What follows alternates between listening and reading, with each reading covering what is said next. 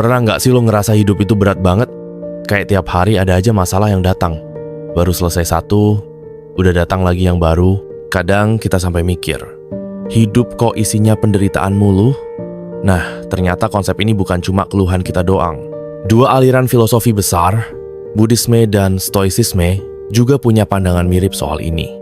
Bedanya mereka nggak cuma bilang, hidup itu penderitaan terus berhenti di situ. Mereka juga ngajarin gimana kita bisa ngatasin itu. Jadi, kalau lo penasaran kenapa hidup sering terasa susah dan gimana cara berdamai dengan itu, simak terus. Ya, Buddhisme.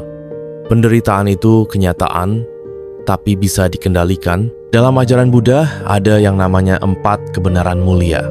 Dan yang pertama adalah dukkha, yang berarti penderitaan. Intinya, selama kita hidup, kita bakal ngalamin sakit, kecewa, kehilangan, dan berbagai macam kesusahan lainnya. Kenapa? Karena kita punya keinginan. Kita pengen bahagia, pengen sukses, pengen diakui, tapi dunia nggak selalu berjalan sesuai kemauan kita. Akhirnya kita kecewa. Tapi tenang, Buddhisme nggak cuma bilang hidup itu susah tanpa solusi. Ada yang namanya jalan mulia berunsur 8, semacam panduan buat hidup lebih damai. Intinya, kalau kita bisa melepaskan keterikatan kita sama hal-hal duniawi, kita bisa mengurangi penderitaan itu sendiri. Gampangnya, kalau kita nggak terlalu ngarep sesuatu, kita juga nggak bakal terlalu kecewa.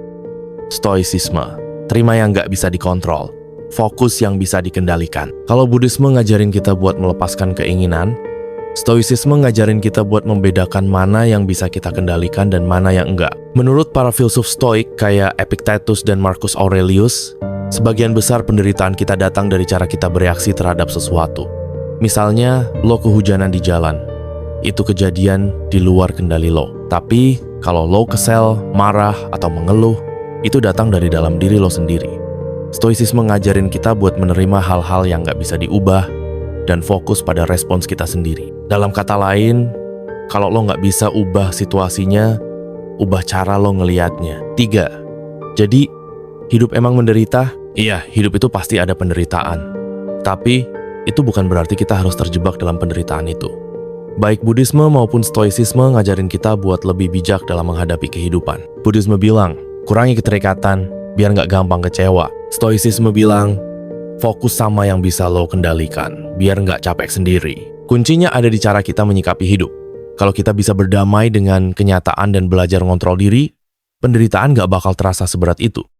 Jadi, kalau lo lagi ngerasa hidup berat, coba pikirin lagi. Apa lo terlalu terikat sama sesuatu? Apa lo lagi marah atau kecewa sama hal yang sebenarnya nggak bisa lo ubah? Mungkin solusi dari semua ini bukan di luar sana, tapi di cara kita sendiri dalam melihat hidup. Hidup itu memang nggak selalu mulus, tapi kita punya pilihan buat menyikapinya dengan lebih bijak. Jadi, lo mau tetap terjebak dalam penderitaan atau mulai belajar buat berdamai dengannya? Kalau menurut lo, lebih cocok mana? Buddhisme atau Stoicisme? Atau malah dua-duanya? Tulis di komentar ya.